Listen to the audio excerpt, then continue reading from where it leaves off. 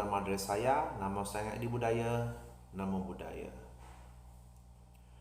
Bapak Ibu rekan-rekan sedharma, senang sekali hari ini saya diberikan kesempatan untuk sharing Dharma dan juga berbagi mengenai kisah inspiratif bagi rekan-rekan sedharma sekalian. Pada kesempatan yang berbahagia hari ini, saya akan sedikit membahas mengenai bersyukur. Mengapa saya membahas bersyukur Bapak Ibu sekalian? Karena bersyukur pada hakikatnya sering sekali dilupakan oleh kita semua. Kita selalu merasa kurang, kita selalu merasa tidak bahagia, kita selalu merasa terzolimi atau bahkan terintimidasi dengan impian-impian kita. Ketika tidak mendapatkan apa yang kita inginkan, kita merasa tidak bahagia. Sebenarnya Bapak Ibu sekalian, bersyukur adalah salah satu kunci awal ataupun juga langkah awal untuk mendapatkan kebahagiaan. Pada beberapa waktu yang lalu, saya pergi ke salah satu pusat perbelanjaan elit di kota saya kebetulan. Nah, di situ saya melihat dua pemandangan yang sangat bertolak belakang. Pemandangan pertama adalah saya melihat suatu keluarga yang beranggotakan 5 orang anggota keluarga, ayah, ibu, dan 3 orang anak. 5 orang. Dengan menaiki sebuah sepeda motor tua, yang mungkin sepeda motor itu bisa lebih tua daripada umur saya. Yang kalau digas keluar asap dan juga memiliki bodi yang sudah berkarat dan lain sebagainya. Tetapi apa yang saya lihat Bapak Ibu, di situ saya melihatkan suatu kebahagiaan. Sepeda motor yang harusnya yang didesain hanya untuk maksimal 2 orang, tetapi dinaiki oleh 5 orang anggota keluarga, dan semua anggota keluarga tersebut merasakan kebahagiaan. Hore, kita ke mall, seperti itu. Disambut oleh gelak tawa oleh bapak ibu dan juga kakak adiknya. Mereka berlima berjalan bergandengan tangan, saling bercengkrama sembari jalan menuju ke pusat perbelanjaan.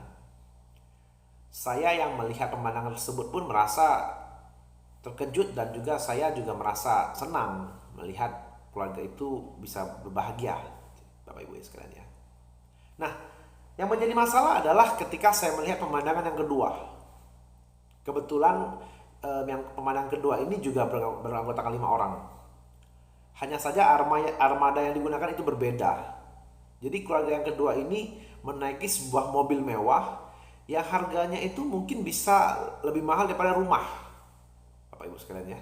Nah, di situ saya melihat ketika 5 orang anggota keluarga tersebut turun dari mobil, saya tidak melihat sama sekali kebahagiaan.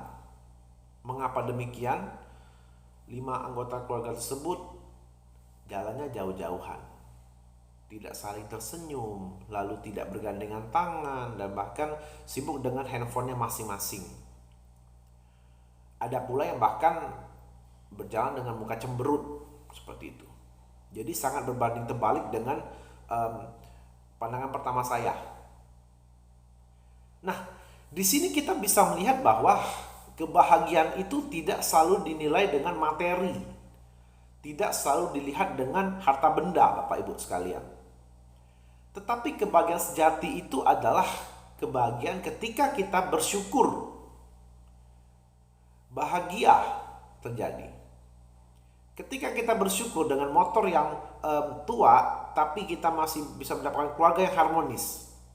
Walaupun memang mungkin dari segi materi tidak terlampau banyak. Jika dibandingkan ketika kita memiliki harta yang berlimpah ataupun mobil mewah, tetapi kita tidak memiliki keluarga yang harmonis, kita tidak memiliki hubungan yang erat antar keluarga, itu bukanlah suatu kebahagiaan Bapak Ibu. Saya yakin Bapak Ibu sekalian dan rekan-rekan sedharma punya macam-macam definisi kebahagiaan menurut Bapak Ibu sekalian. Ada yang bahagia ketika memiliki harta yang berlimpah, ada yang bahagia ketika pendidikannya selesai, ada yang bahagia ketika melihat orang lain bahagia. Seperti itu. Bahkan ada orang yang bahagia ketika melihat orang lain susah. Ada. Seperti itu. Nah, di sini saya ingin mengajak Bapak Ibu sekalian, marilah bersama-sama kita bersyukur dengan apa yang kita miliki. Karena ketika kita bersyukur dengan apa yang kita miliki, kita sudah mendapatkan kebahagiaan.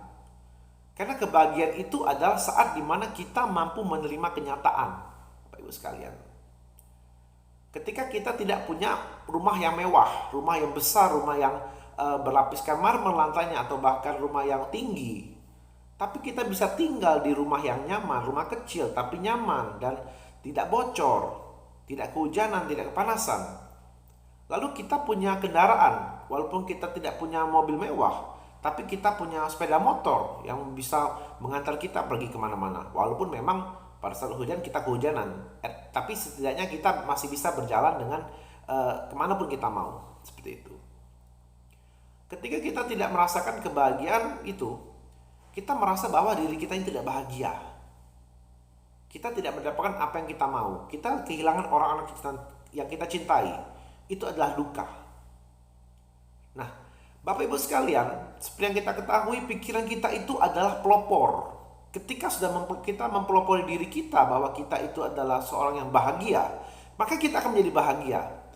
Ketika kita tidak berpikir bahwa kita, oh saya orang yang susah, saya orang yang tidak bahagia, kita juga tidak akan bahagia.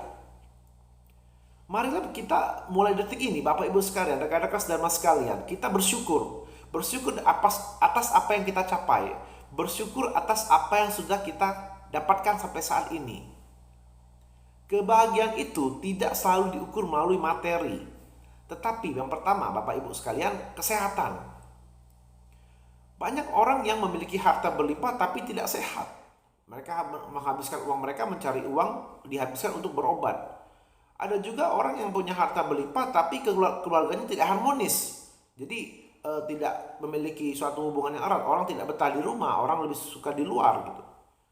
Ada juga orang yang memiliki harta berlimpah tetapi dia tidak memiliki pasangan hidup atau mungkin tidak memiliki penerus, seperti itu. Banyak sekali definisi bahagia yang mungkin di sini bisa disimpulkan seperti itu, Bapak Ibu sekalian. Nah, sampai saat ini saya yakin Bapak Ibu, rekan-rekan sedama sekalian, sangat-sangat bahagia, sangat-sangat harus bersyukur dengan apa yang sudah dimiliki saat ini. Kita boleh bermimpi untuk membeli atau sesuatu yang kita mau.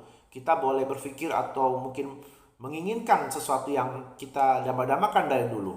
Semua itu adalah hak. Tetapi saya ingin Bapak Ibu sekalian mulai detik ini belajar untuk bersyukur. Kita sama-sama belajar, kita sama-sama buang semua pikiran kita bahwa kita tidak bahagia. Buang semua jauh-jauh pikiran dari apa yang kita sebut dengan sengsara ataupun iri, dengki.